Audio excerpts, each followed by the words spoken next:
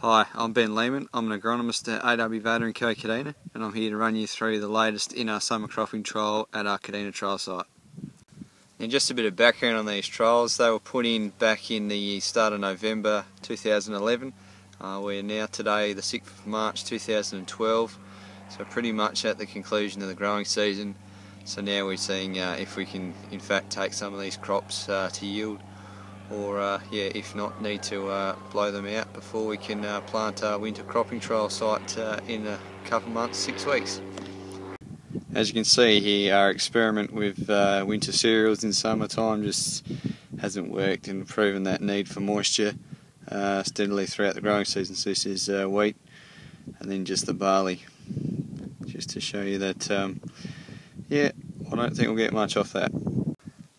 Now the sorghums have picked up remarkably well since we had about an inch of rain, or 100 millimetres last weekend. So you'll see that they have freshened up. They have been struggling for the majority of the summer.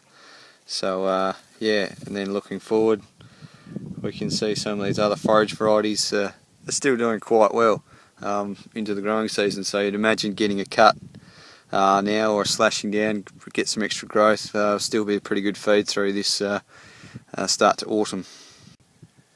Now this is the forage millet, Rebound's the variety, which just has not really done well given the dry spells we've had this summer. As you can see, it has not bounced back in regards to the forage sorghums, so possibly not much of a fit in this area. And this is a little dabble into grain sorghum. MR32 is the variety. A bit disappointing, but still the potential was there if we'd had, say, a summer rainfall like we had the previous year at the end of 2010. Might have actually done quite a bit better, so something to look at down the track, but markets and everything as well make it probably not realistic for us. We have two extremes here with the forage brassicas, both varieties from seed distributors. We've got the bouncer here, which just has not recovered from those dry spells through January and February, but then we go one step over and we have Sub-Zero, which has picked up remarkably well given that rainfall we've just had. This is one that we have grown commercially in the area, so definitely does have a good fit for that autumn feed gap for those looking to sow in a bit of a pasture come this time of year in March. Now the safflower here has struggled all year. We do believe it was probably a later sowing than it should have had, and the lack of moisture as well for that initial establishment phase has probably set it back for the entire season. It has flowered okay in reality, but still not a realistic option for us here at this stage. Now the sunflowers have done fairly well given the limited moisture and rainfall events we've had. It's been fairly sporadic and dry, so in all they've been quite impressive. So I'll just quickly run through each sunflower. So this is the Hyolic 41. Here we have the Sunbird 7 sunflower, which is probably the most commonly grown in the local area through to the mid-north as well.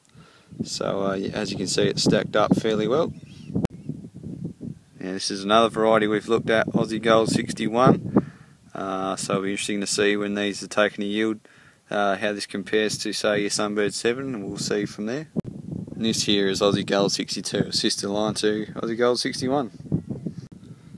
Now these are crystal mung beans. They've been quite disappointing. They did have moisture at seeding time. It was injected to make sure they could get out the ground, but they just have suffered the whole year. And compared to a commercial crop that we did have grown here, it was probably sown a month later than that one, and from what we've heard, that one has gone upwards of half a tonne to the hectare. So these I don't think we'll even take the harvest at this stage, so quite disappointing. And just to finish off, this is Saturn 2, another mung bean variety that we've had in.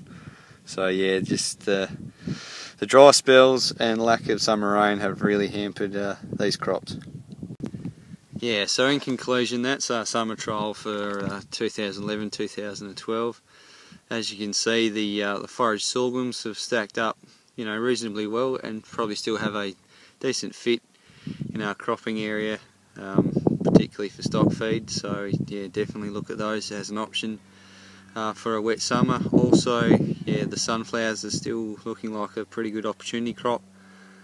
So going further, it might be worth fallowing one of your problem paddocks and putting it into a sunflowers over summer if the opportunity arises. The only thing is there to make sure you have your market stitched up before you put it in the ground. So looking at fodder stores in town and that sort of thing, that's where the birdseed market is looking for sunflowers. So other than that, we will see what we can take to harvest and then get those results to you when they come to us. Righto, thank you. I'm Ben Lehman. See ya.